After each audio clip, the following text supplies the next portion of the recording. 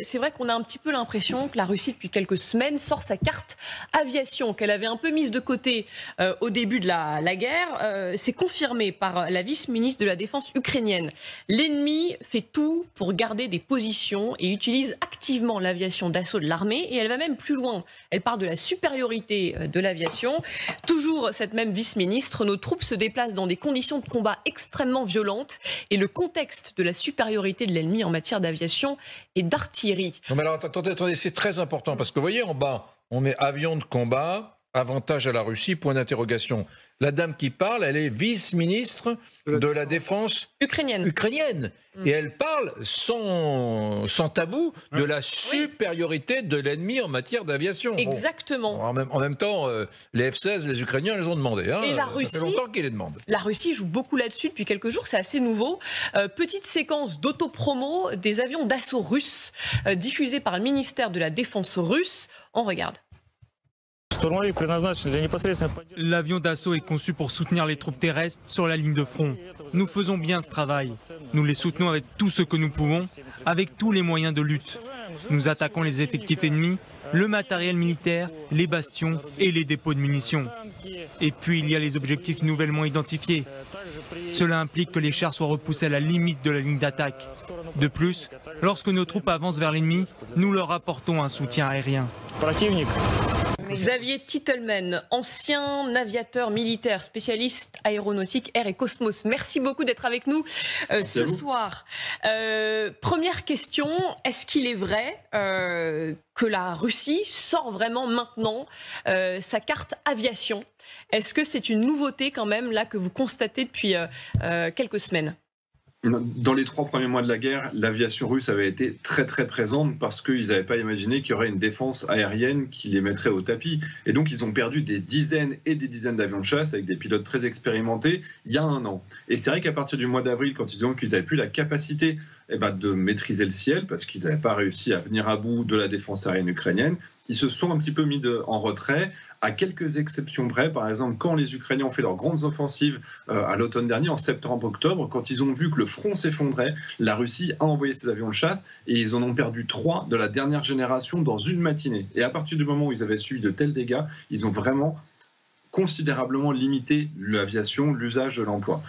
Ce qu'on voit aujourd'hui, ce sont, et ce qui a été présenté dans les images, c'est des Sukhoi 25, c'est-à-dire que c'est des avions qui sont spécialisés en attaque au sol direct, c'est-à-dire du soutien rapproché pour les troupes qui sont déjà présentes. Les 2 armées en ont, les Ukrainiens en ont et les Russes en ont également. Alors, les Russes disent qu'ils en ont, qu'ils les présentent, qu'ils sont présents sur le terrain, mais il n'y a pas d'image, il n'y a pas de vidéo. On ne sait pas si c'est de la propagande russe une fois de plus, mais dans tous les cas, j'ai une certitude, les Ukrainiens ont aujourd'hui une petite centaine d'avions de chasse qu'ils utilisent tous les jours avec une grande intensité, et face à eux, les Russes, ils en ont beaucoup, beaucoup plus et modernisés. Et finalement, quand on a fourni à l'Ukraine quelques Sukhoi 25 en plus, quelques MiG-29 en plus, ça lui a permis de remonter en puissance. Mais le plus important, c'est qu'il ne faut pas considérer que l'Ukraine est rien du tout, notamment parce qu'elle a toujours son aviation de chasse que la Russie n'a toujours pas réussi à détruire, mais surtout parce qu'on a installé sur ces vieux avions soviétiques des missiles occidentaux, des bombes qui peuvent planer à 70 km de distance, des missiles de croisière qui vont à 300 km, et tout ça, ça permet de taper dans la profondeur, ça permet de soutenir des assauts, mais par contre, ça ne permet pas d'avoir un soutien rapproché, instantané, face à des troupes qui essaieraient de percer dans les lignes. C'est ce qu'on voit aujourd'hui. Oui, alors que ce soit bien clair, quand vous dites ces avions soviétiques, Sukhoi, de fabrication soviétique, qui ont des bombes occidentales, plus modernes, vous parlez bien évidemment des Ukrainiens, mais en revanche, les appareils russes, post-soviétiques russes, ont été modernisés également, ces Sukhoi là. Et quelle est leur valeur? Parce qu'on est totalement mystifié par les F-16, par les avions américains. Est-ce qu'aujourd'hui, les avions de combat russes, de l'armée russe, sont vraiment des vieux machins, ou est-ce qu'au contraire, ce sont des appareils tout à fait convenables? Alors, si on les compare aux avions soviétiques que possède l'Ukraine, évidemment, vous ne pouvez pas faire de combat aérien l'un contre l'autre, tout simplement parce que, par exemple, le radar d'un MiG-29 va être tellement inférieur au radar, par exemple, d'un Sukhoi 35, qu'il ne va même pas le capter. Il n'est même pas capable de porter des missiles qui peuvent aller à 70-100 km, tel que pourrait le faire le Sukhoi 35 que la Russie possède aujourd'hui. Par contre, si on compare ces avions russes modernes, l'élite de l'aviation russe, quand ils font les compétitions internationales en Corée du Sud, au Brésil, ils arrivent à chaque fois bon dernier, loin derrière les F-15, les Rafale, les Eurofighter, les Gripen. Donc l'aviation russe est meilleure que ce qu'ont les Ukrainiens, mais elle est très inférieure aux F-16 que les Ukrainiens vont recevoir dans quelques mois. Alors justement, vous dites, c'est sûr, les Ukrainiens vont les recevoir, ces fameux F-16. On se souvient, et on en parlait, que les Américains ont finalement donné leur feu vert après des mois de tergiversation. Ils vont les recevoir, mais est-ce qu'ils ne vont pas les recevoir un petit peu tard? C'est la question qu'on se pose quand même. C'est toujours un peu la même question, mais la contre-offensive, elle est imminente. Le gros de la contre-offensive, elle est imminente. Est-ce qu'ils auront ces F-16 pour la contre-offensive? Et est-ce que s'ils ne les ont pas, cette contre-offensive, elle n'est pas vouée à l'échec? Non, alors la contre-offensive de septembre, octobre, de novembre de l'année dernière, elle a permis de reprendre 20 000 km² avant même qu'on fournisse de nouveaux avions de chasse et qu'on intègre des nouveaux missiles. Donc une contre-offensive peut réussir, mais évidemment on coûte des vies. Et qu'est-ce qui a changé entre il y a 1 an et maintenant?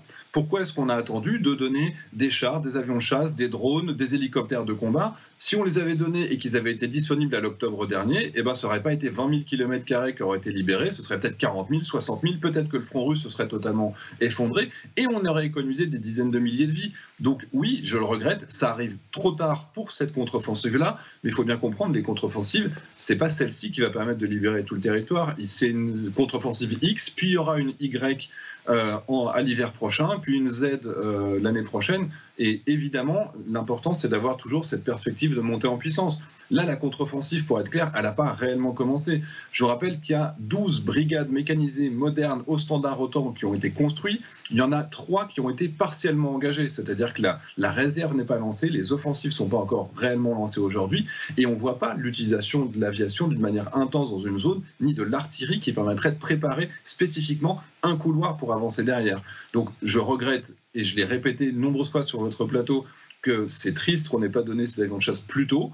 Quand ils arriveront, ils feront du bien, évidemment, ils permettront de rééquilibrer la situation, mais ça ne veut pas dire que l'aviation russe soit libre dans le ciel, parce que la défense aérienne ukrainienne, elle reste quand même très puissante, d'autant plus puissante qu'on lui a fourni des équipements, mais face à des avions qui vont voler très très bas, et ben malheureusement, ils n'ont pas la possibilité de se défendre dans certaines conditions, et ça repose sur des soldats qui vont tirer avec des missiles tirés depuis l'épaule, et ça, parfois, c'est évidemment pas suffisant.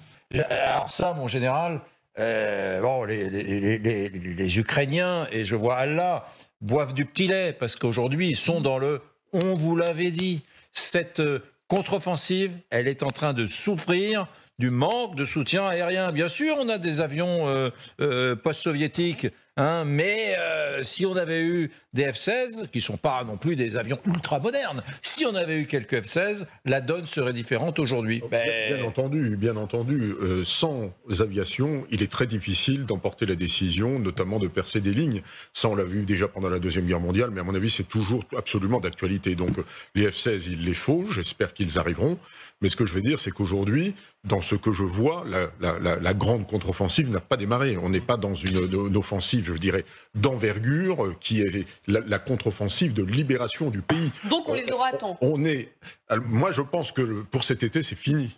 Voilà, je veux dire, il reste 2 mois et 2 mois et demi, mais après, il y a l'hiver. Donc, je veux dire, ça peut se faire... il faut, à mon avis, n'engager la véritable offensive avec tous les moyens blindés mécanisés ukrainiens, que quand la totalité des forces et des moyens nécessaires à la lancer seront arrivés. Parce qu'après, c'est un fusil à un coup. Si vous fusillez 300 chars dans des champs de mines alors que vous n'avez pas de protection aérienne... Vous êtes en train de nous dire, il serait souhaitable de ne pas lancer la grande, vraie contre-offensive maintenant, je pense tant qu'on n'a pas les F-16. Moi, je pense que c'est prématuré, oui. Ouais. Et je pense que c'est pas ce qu'ils sont en train de faire. Ce que je vois aujourd'hui, ce sont des gains limités, ce sont des reconnaissances offensives. La reconnaissance, c'est chercher le renseignement en engageant le combat. C'est exactement la définition militaire. C'est-à-dire qu'en fait, on progresse et on tire sur l'ennemi pour le forcer à se dévoiler et voir où sont ses positions. Et à partir de ce moment-là, il y a des gains d'opportunité. Vous voyez, ils ont 100 km², ça fait 10 sur 10. C'est pas énorme. Mais en même temps, je pense que les 4 villages ou 5 villages qui ont été libérés, s'il reste des habitants, ils sont contents de voir les forces de libération arriver. Je voudrais vous entendre, vous, Alain. Bon, vous ne me ressortez pas l'argument. Si l'Occident avait été un peu plus rapide et plus prompt, on n'en serait pas là. J'ai pas besoin parce que vous l'avez dit, donc c'est fait. Mais c'est ce qu'on a répété depuis le début. Mais je voudrais attirer votre attention sur le fait que c'est pas que l'histoire des avions, c'est l'histoire des pilotes aussi. Et quand on parle de l'aviation russe, on dit qu'il maîtrise le ciel, mais il ne le domine pas. Hein, général, je ne sais pas si vous êtes d'accord avec cette expression. Oui. Il maîtrise le ciel, mais il ne le domine pas. Pourquoi? Parce qu'il y a cette défense antiaérienne contre les avions russes et on ne les voit pas tellement voler sur le territoire ukrainien. Voilà, c'est ce que disait Xavier Titelman. Aujourd'hui, il n'y a aucun avion des deux côtés qui franchit la ligne de front. Oui. Par contre, avec des missiles qui tirent à 100 km, en restant au-dessus de ces lignes, on peut infliger des dégâts à l'adversaire. Et la différence de ces avions, c'est que les avions occidentaux F-16, ils peuvent voir à 300 km le missile qui est tiré, tandis que les avions, les MiG et les Su-Sukhoi, c'est juste 150 km. Donc voilà, ça c'est le problème. Mais les Ukrainiens, ils ont des pilotes. Ils ont des pilotes, des centaines de pilotes qui ont plus de 100 heures de vol, mais de combat, des vols vraiment maîtrisés. Tandis que les Russes, ils ont beaucoup de problèmes aussi avec les pilotes, parce que finalement, l'année dernière, ils ont précipité la sortie de leurs étudiants de la dernière année d'une école supérieure de pilote. Mais pilote, c'est pas quand on a son diplôme, hein, c'est pas du tout comme quand on conduit la voiture, on a son permis. Il faut des heures et des heures, des dizaines d'heures de vol, et surtout dans des conditions réelles de combat. Ce que les Russes aujourd'hui ont beaucoup de difficultés. C'est pour ça chaque avion russe abattu, c'est pas que l'histoire d'avion abattu, c'est aussi le pilote qui est éliminé parce que c'est un pilote éventuellement qui pourra conduire un autre avion. Donc c'est ça aussi la grande question. Oui, avec le sujet qui avait déjà été soulevé ici, c'est que par ailleurs, il se trouve que les aviateurs russes et les pilotes russes manquent vraiment d'heures de pilotage et de formation, etc.